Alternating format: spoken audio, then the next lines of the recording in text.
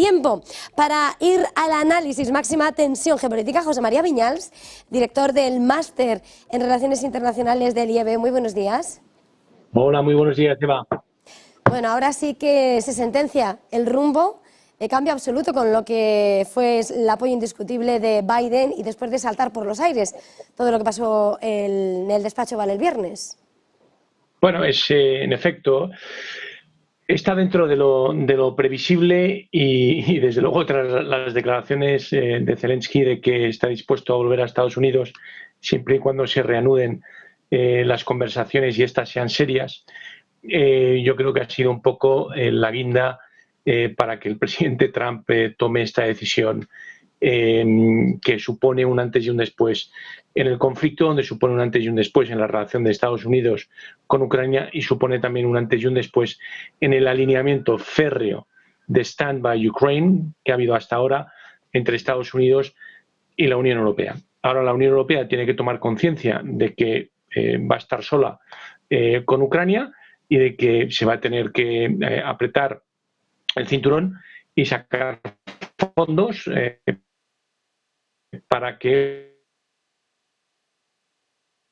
Ucrania pueda seguir resistiendo en el frente de batalla y que Ucrania como país pueda seguir siendo viable y pueda seguir abasteciendo toda esa maquinaria bélica para aguantar esta guerra de desgaste que hay con Rusia.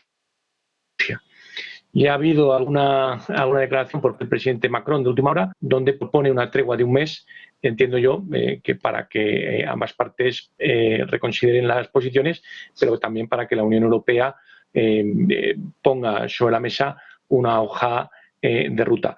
También se prevén unas declaraciones más tarde hoy de Donald Trump ante el Congreso, donde podría hacer alguna referencia a la presencia de Estados Unidos en la OTAN, así como el papel que desempeña Estados Unidos y la OTAN en relación con el conflicto de Ucrania. Por lo tanto, estamos todos muy pendientes de lo que va a pasar hoy y va a ser un día que va a poner a Estados Unidos y su posición con Ucrania de rabiosa actualidad.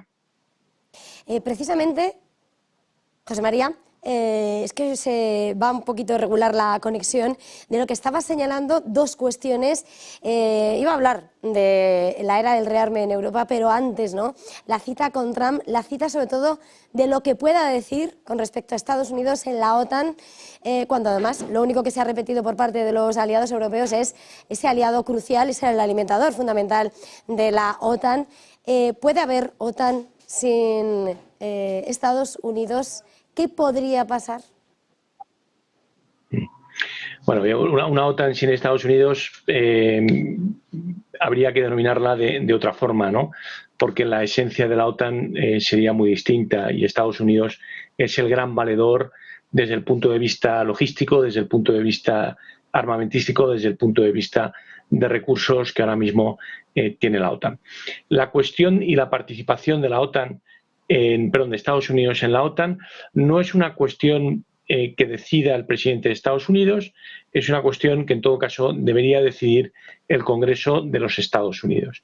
Y más allá de Ucrania y la guerra que se libra en el este de Europa, hay otras cuestiones muy relevantes para la seguridad de Estados Unidos, donde la OTAN es ese vector o ese vehículo que canaliza ese interés. Por ejemplo, Turquía es parte de la OTAN. Por ejemplo, España, Italia, Grecia, Reino Unido tienen bases donde hay presencia norteamericana, pero también muchas bases distribuidas en Europa donde hay esfuerzos o recursos de reacción rápida ante ataques a Estados Unidos. La primera barrera en una protección de una potencial futura guerra balística nuclear entre Rusia y Estados Unidos es Europa. En Europa están las unidades de respuesta avanzada.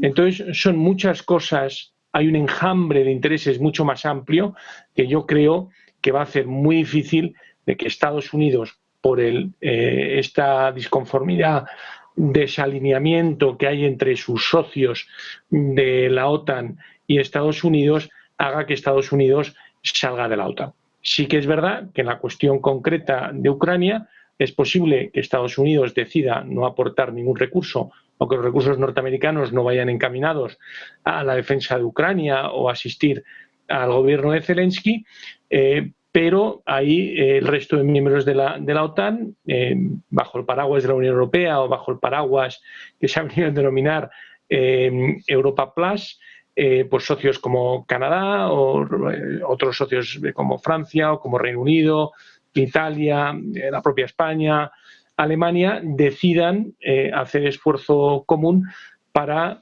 ayudar a Ucrania. Sí que es verdad que cualquier iniciativa de apoyo a Ucrania sin Estados Unidos pues va a tener hoy por hoy una serie de limitaciones técnicas y de recursos muy importantes. De ahí las declaraciones de Ursula von der Leyen, donde pues bueno, da esa cifra de 800.000 millones de euros para invertir en el sector de defensa europeo, pero claro, esto no es algo que dé frutos de un día para otro. Estos son 800.000 millones que hay que invertir con mucha cabeza.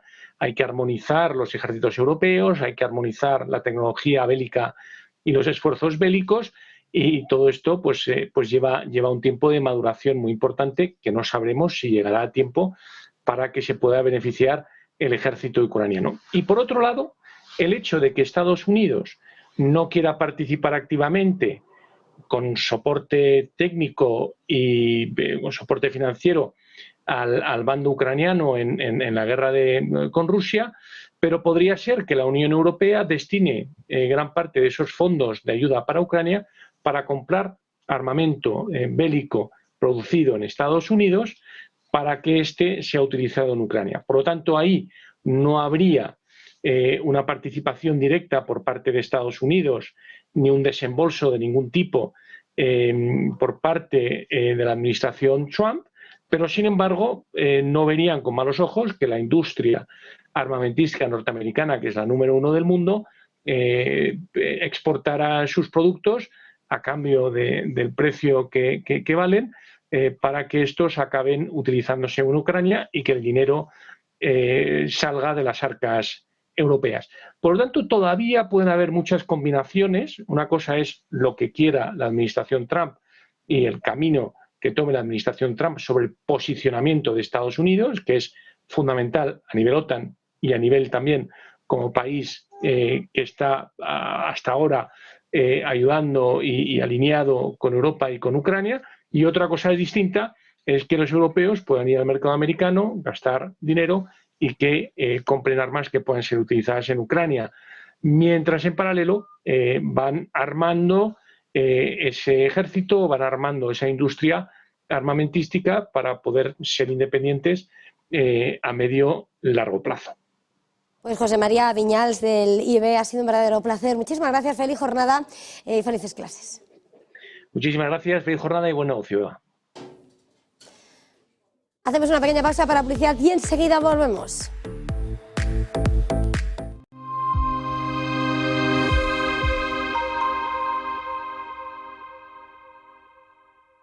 ¿Qué cuento quieres hoy? ¿Te cuento uno de los míos? ¿El del farmacéutico? ¿O el de María, la abogada? El de Ana, la arquitecta. Vale. Eres una niña que soñaba con crear los edificios más impresionantes de la Tierra. Se pasaba el día dibujándolos. Sabía que algún día acabarían llegando a lo más alto de cada ciudad. Y que cualquier persona... Cada profesional tiene detrás una historia increíble. Creer en ella es lo que de verdad cuenta. Arquia Banca, el banco de los profesionales. Silver Gold Patrimonio nace en 2018 con el objetivo de innovar en el mercado de los metales preciosos de inversión, ofreciendo nuevas alternativas para que cualquier persona, familia o empresa pueda entrar en el fantástico mundo de los metales de inversión de forma sencilla y acompañada por consultores expertos en el sector. Silver Gold Patrimonio quiere avanzar contigo. Recibes un mensaje alarmante de tu inquilino en el que te informa que no puede pagar el alquiler. No te preocupes, SEAC está aquí para ayudarte. Nuestro equipo te asegura que recibirás tu renta a tiempo. Con SEAC, tu renta está protegida. Recibes el ingreso en tu cuenta como siempre. Disfruta de la tranquilidad sabiendo que SEAC maneja el imprevisto por ti. Alquila tranquilo. SEAC responde.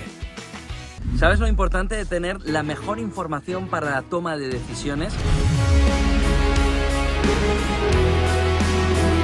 ¿Sabes? En esas reuniones privadas en las que se ve una información clave para poder luego tomar esa decisión. Es lo que queremos en el club al que te invitamos ya, en el club en el que Negocios Televisión lanza para que puedas tener toda la información, la mejor información y tomar las mejores decisiones. ¿Cómo crees que va a evolucionar el euro en un entorno en el que todo el mundo inversor piensa que camina hacia la paridad? ¿Cómo le va a afectar el fenómeno Trump? ¿Cómo le va a afectar al conjunto europeo? Inscríbete aquí abajo.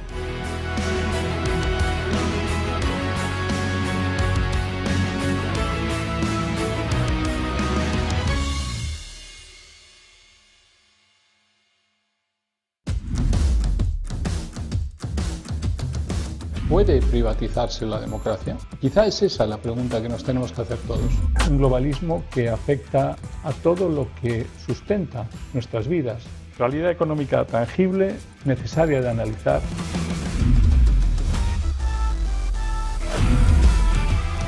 Esa necesidad de analizar el globalismo desde el punto de vista absolutamente económico, tangible y real.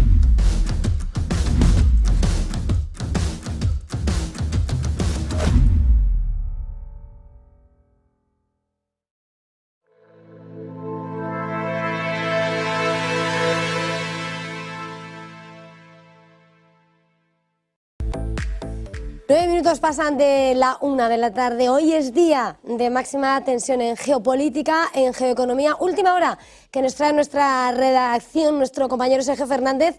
Sergio, han lanzado granadas de humo en el Parlamento serbio. Muy buenas, Eva. Pues sí, muy atentos al incidente que acaba de ocurrir en el Parlamento serbio con la oposición lanzando granadas de humo. La tensión sigue creciendo en Europa, en este caso, como decimos, el foco puesto en el Parlamento de Serbia. Un incidente ha ocurrido en el Parlamento cuando miembros de la oposición han lanzado granadas de humo, interrumpiendo la sesión y provocando que varios diputados hayan resultado heridos. Habla, por cierto, incluso de una embarazada de 8 meses. Según la presidenta del Parlamento, Ana Brnabić, un diputado ha sufrido un derrame cerebral acusando a la oposición de intentar una revolución de colores. Según la información disponible, en estos momentos se ha visto a la policía entrar en el edificio del Parlamento mientras los manifestantes se congregaban en el exterior. Serbia está atravesando una crisis política en medio de las continuas protestas estudiantiles masivas tras el colapso de la marquesina en la estación de tren de Novi Sad, que resultó en la muerte de 15 personas. Sigue escalando la tensión en Serbia, en este caso ya en el mismo Parlamento serbio, la oposición lanzando granadas de humo. Están viendo precisamente las imágenes en sus pantallas. La policía ha tenido que entrar al interior. Se habla de que un diputado ha sufrido un derrame cerebral. Estas son las impactantes imágenes en Serbia. Este incidente ocurrido con lanzamientos de granadas de humo. Eva, sigue escalando la tensión, no solo por Donald Trump. Sergio Fernández, ya lo creo, una actualidad candente. Muchísimas gracias. Nosotros vamos a continuar y hasta ahora vamos a adentrarnos de lleno en un mercado que sí que mira a Donald Trump, sobre todo en medio de esa presión arancelaria, en medio de lo que ya está dibujado. Eso es 25% para México, para Canadá, otro 10% que son 20% para las importaciones para China y Europa, esperando el golpe arancelario y los coches cayendo a plomo. Tiempo para ese momentum del mercado, y esta mañana nos acompaña aquí en plató Ignacio Cantos Figuerola, socio director de inversiones de ATL Capital. Ignacio, muy buenos días. Buenos días. Bueno, el día 20 de enero decíamos, bueno, a ver si se repite o no esa guerra comercial 2.0. La escalada arancelaria ha ido cobrando peso y ahora estamos o no ya en guerra comercial. Bueno, pues diríamos que sí. Yo creo que efectivamente ha puesto los aranceles en pie. Vamos a ver qué tiempo duran, si luego se negocia a partir de aquí algo o no, pero evidentemente se veía, salía ayer las cifras del PIB adelantado de la FED de Atlanta, que salían muy malas porque había muchísimas importaciones que sabemos que detraen del PIB, ¿no? ¿Por qué? Porque han adelantado importaciones en previsión de estos aranceles, ¿no?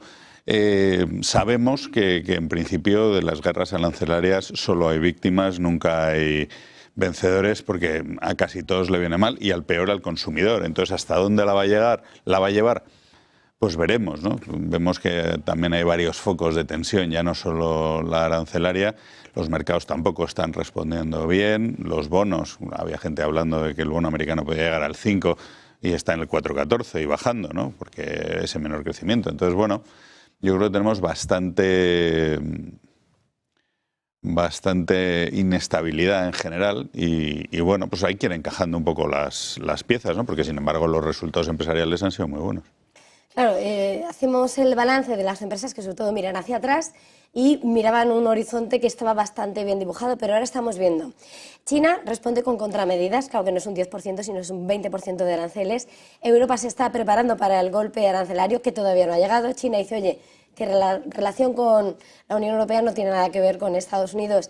Y el miedo y la confianza de los consumidores en Estados Unidos va en aumento por esa temida inflación que hizo caer, al menos decía en el argumentario, a Biden y que parece que ahora mismo va a volver a alimentarse.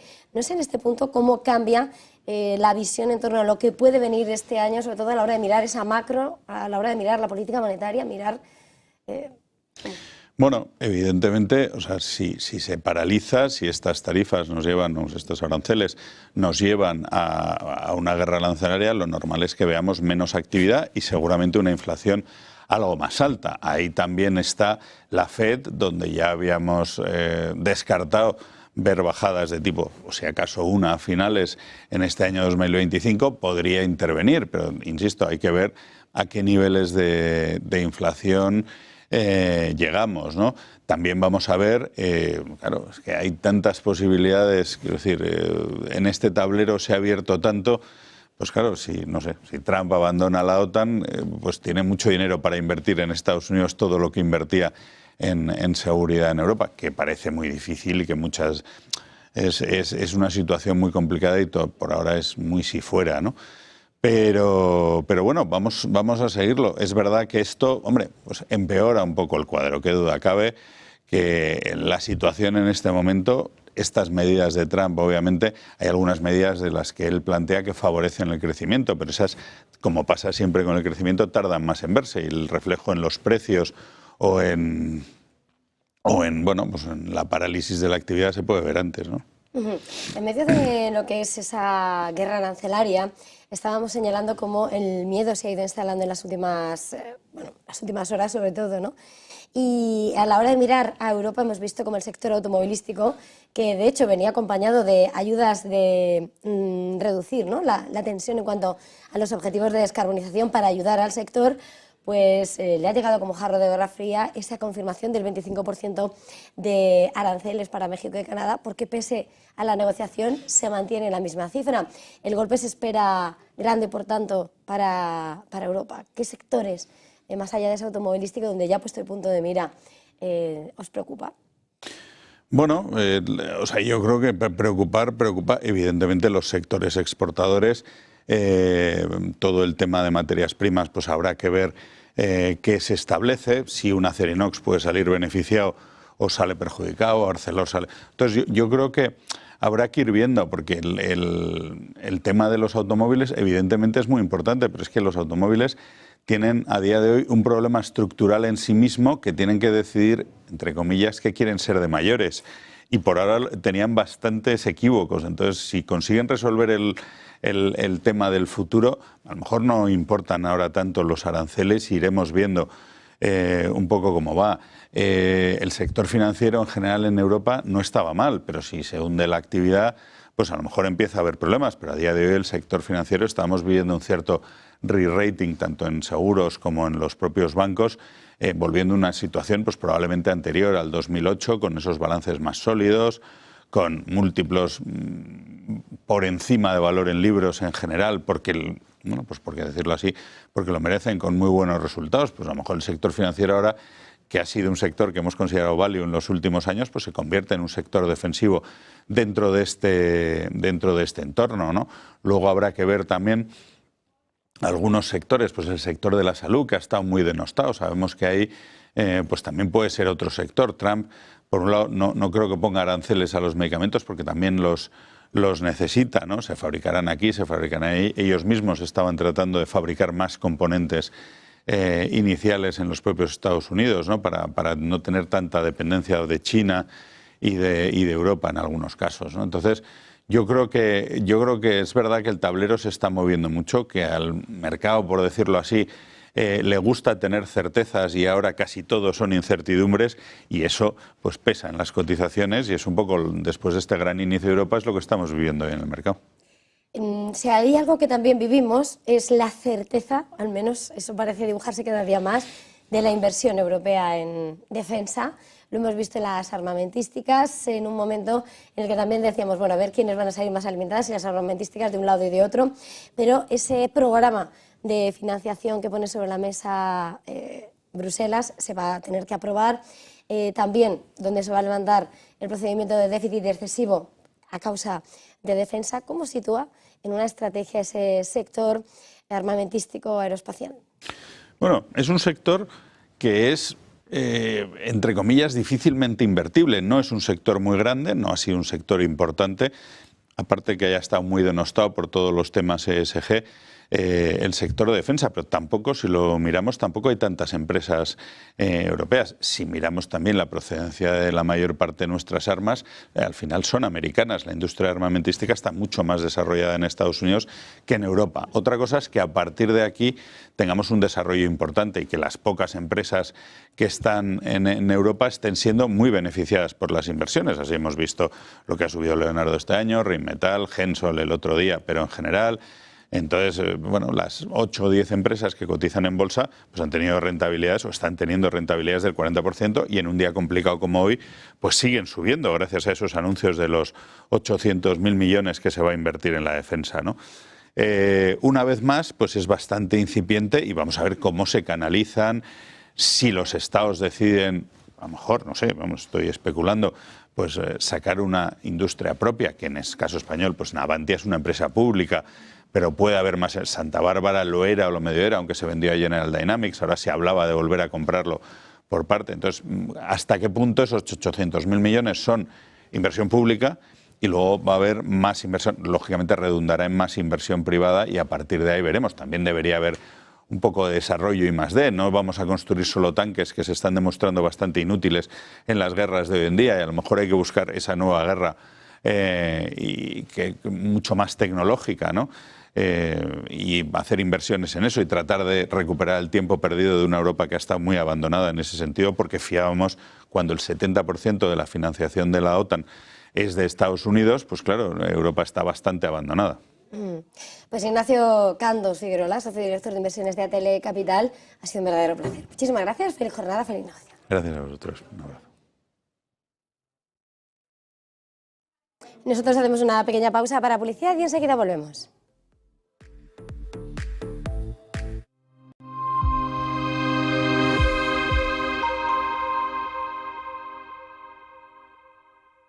¿Te preocupa que tu inquilino no pague el alquiler? Sabemos que esto puede ser un desafío.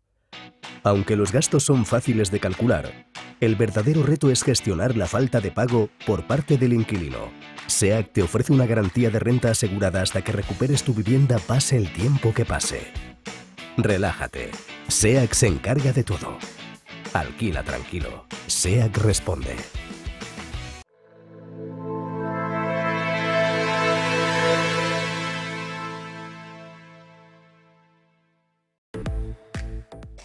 Pues 21 minutos pasa de la 1 de la tarde. Es una jornada clave de máxima tensión informativa. Miedo a la guerra comercial que ha comenzado a dirigirse con la aplicación de ese 25% de aranceles a México y a Canadá por parte de las importaciones de productos chinos, que ha respondido también con listado de empresas que entran en su listado de empresas no confiables, también con aranceles de hasta el 15% que afectan a ese mercado alimentario, a esa soja, a ese pollo, a esa carne de vacuno, y que dibuja, por tanto, los primeros pasos de una guerra comercial que va cobrando peso, con unos índices europeos que hoy, esperando, por cierto, el golpe directo a la Unión Europea, caen más de un 2% de media en todos ellos, el Eurostock 2,28%, y con unos futuros de Wall Street que también anticipan caídas tras el fuerte varapalo de ayer, caídas más moderadas, futuros del S&P que caen un 0,37%, en los del Nasdaq también Y tiempo también para recibir a nuestro siguiente invitado en medio también de ese impacto arancelario, temor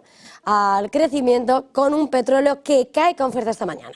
Contexto, momentum, Mariano Arenilla, responsable de DWS en España y Portugal. Muy buenos días.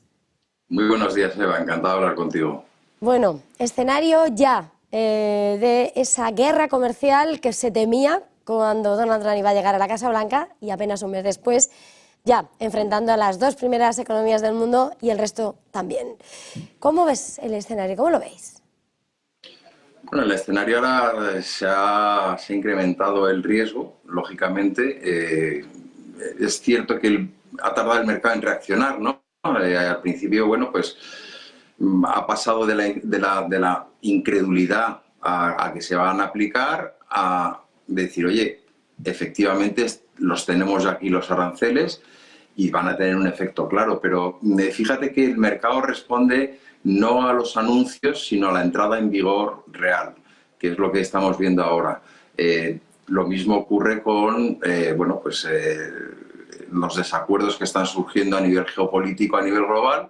Una cosa son los anuncios y otra cosa es ya cuando empiezas a tomar medidas que has anunciado. Por lo tanto, yo creo que bueno, se abre un periodo ahora en el cual tenemos que trabajar mucho y tenemos que ver hasta dónde se extienden estos tentáculos, ¿no? de los aranceles. Es cierto que a nivel global se va a perder competitividad. Competitividad me refiero a que, bueno, con unos mercados sin aranceles hay unas importaciones y unas exportaciones y normalmente la producción va a las geografías donde son más eficientes. Eso ya no va a ocurrir y, por lo tanto, bueno, pues los productos que se van a manufacturar a partir de ahora se van a encarecer, ya sea uno por los aranceles o dos porque producirlos en países donde no es tan eficiente va a resultar más caro. Por lo tanto, esa esperada o potencial inflación yo creo que es uno de los riesgos principales y tenemos que calibrar ahora mismo si se va a conjugar esos aranceles que se van a aplicar sobre determinadas exportaciones y la respuesta que vamos a dar desde Europa o que se va a dar desde China a esos aranceles, cómo van a afectar en las empresas en cada una de las regiones, en Estados Unidos, en Europa, y todo esto también muy ligado a cuál va a ser la reacción que van a tener los bancos centrales, porque si bien es cierto que los precios se espera que suban, no es menos cierto que el momento económico, tanto en Estados Unidos como en Europa, es de unos crecimientos por debajo de lo que nosotros llamamos potencial y podría contribuir a que esa desaceleración, que estaba ya más o menos metida en los números de este año, pues sea superior y veamos un frenazo aún mayor en las economías que además no esperábamos, o podría ser la economía americana, pues no se esperaba un parón inmediato porque tienen unos déficits fiscales muy altos, porque bueno, se esperaba también bajadas de tipos de interés, porque la inflación también está por debajo del 3% y todo esto bueno, pues, llevaba a que seguramente bajaran los tipos, lo cual ayudaría a reactivar la economía. Entonces ahora tenemos un entorno complicado. Yo creo que hoy ha habido, no se puede llamar un mercado de pánico porque realmente las subidas acumuladas en el año en las compañías europeas es bastante relevante. Había habido una rotación sectorial de sectores de tecnología hacia sectores algo más defensivos, también un poco preveyendo que hay cosas que pueden salir mal, ¿no? Entonces se habían invertido en negocios más estables, quizás con menos sesgo a la exportación, o incluso, si efectivamente estamos hablando de que seguramente bajen tipos de interés, yo creo que hay sectores en los cuales son muy locales y que se ven muy beneficiados por las bajadas de tipos, como puede ser pues, todo el tema de infraestructuras, como puede ser las compañías eléctricas, donde la exportación es muy limitada y donde además son muy intensivas en capital y por lo tanto el coste de financiación se les va a ver reducido. Por lo tanto, Sí que es cierto que están surgiendo ahora mismo correcciones en el mercado, que son quizás las que más sesgo hacia la exportación de metales y aluminio puede haber en Estados Unidos, los fabricantes de coches, el sector químico europeo pues también exporta bastante, sector medicamentos, y sin embargo, bueno, pues hay otros sectores que nosotros consideramos defensivos, que en un día en el cual cae la bolsa porque hay un miedo en el mercado, van a caer, caerán menos, pero también luego, bueno, cuando empecemos a ver efectivamente cuál es la letra pequeña de todos estos aranceles, pues podrán tener cierta recuperación. En este escenario, y mirando lo que es la lectura de ese impacto, el blanco de los aranceles a Europa, bueno, está definido, está más que dibujado. Ha dicho Trump que va a llegar, pero apuntabas, ¿no?, cómo el mercado responde a la entrada en vigor y no a los anuncios, pero sin embargo estamos viendo hoy, por ejemplo, es verdad que es intradía, pero un sector automovilístico que, pese a que por el marco legislativo, en el marco de objetivos de transición, se les alivia las tensiones, el miedo a esa presión arancelaria les sacude con fuerza. Quería preguntarte, a la hora de leer el escenario para Europa, la espera del golpe arancelario, y luego, por otra parte, con lo que es ese redefinición para rearmar a Europa a la hora de buscar puntos de atención, estrategia en el mercado europeo. ¿Qué destacarías? ¿Qué te preocupa? El BCE habla el jueves. ¿Cómo lo veis desde DWS? Bueno, a mí yo creo que ahora mismo, y no está todavía muy claro en el mercado, Estados Unidos está poniendo aranceles de una forma generalizada. Realmente no hay un área geográfica donde haya una especial negatividad, sino que es un poco general. Lo que no tenemos ahora mismo es cómo va a ser la reacción por parte de los países que están recibiendo estos nuevos aranceles. Sí se ha anunciado que va a ser una respuesta proporcional, que va a ser pues bastante sólida y apoyada en el caso de Europa, por todos los países. Pero claro, ahora efectivamente a lo mejor exportas menos a Estados Unidos, pero ceteris paribus, pues exportas más a Canadá o exportas más a otros países. Entonces hay que ver también un poco cómo la geopolítica funciona, y también, bueno, Estados Unidos es una gran economía y otras grandes economías, como puede ser la China, como puede ser también el sudeste asiático, donde también se exporta gran parte de la producción europea. No es positivo porque al final estos son medidas muy bilaterales, y en vez de tener pues unos mercados que están prácticamente abiertos, pues tenemos ahora mismo restricciones. Pero es muy pronto, desde mi punto de vista, para hablar de cuáles son los sectores o los países incluso que se podrían ver más perjudicados. A priori, lo primero que te sale es decir, oye, ¿cuál es la cuota de exportación de estas empresas a Estados Unidos? Y ahí se mira si se ve afectada por los aranceles en la actualidad, y esa parte es la que conocemos. Lo que no conocemos todavía es, bueno, una vez que se cierra una puerta, ¿qué otras puertas se pueden abrir? Y también es cierto que, bueno, hay una cosa que no debemos de olvidar, en la cual hemos confiado en los mercados de renta variable, de acciones, en los últimos días, y es que Trump es un partido conservador, es un partido republicano que en teoría apoya a los mercados, ha estado siempre con un ojo puesto claramente en el Standard & Poor's 500, en su Nasdaq 100, y bueno, estamos viendo un castigo que lógicamente puede erosionar la confianza en su mandato. Entonces tiene que también tiene que soltar y tiene que apretar, luego tiene que soltar y apretar. Vamos a ver, porque bueno, a pesar de que sí que está cambiando aparentemente el escenario geopolítico global, mover las relaciones entre países, a pesar de que pueda parecer tan fácil como firmar una orden ejecutiva, luego muchas veces la implementación no es tan fácil. Por lo tanto, yo no diría, oye, olvidémonos de esto porque esto pasará y el mercado va a recuperar enseguida. No estamos diciendo eso, pero sí que creemos que, bueno, que no tampoco debemos abandonar nuestras posiciones al 100% en renta variable y quizás sí deberíamos de reequilibrar un poco esas carteras.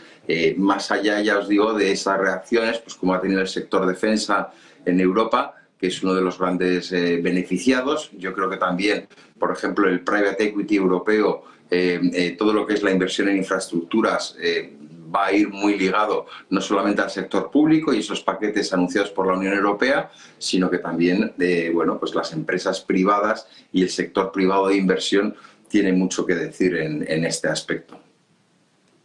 Pues Mariano Arenilla, ha sido un verdadero placer de DWS. Gracias por este tiempo de análisis.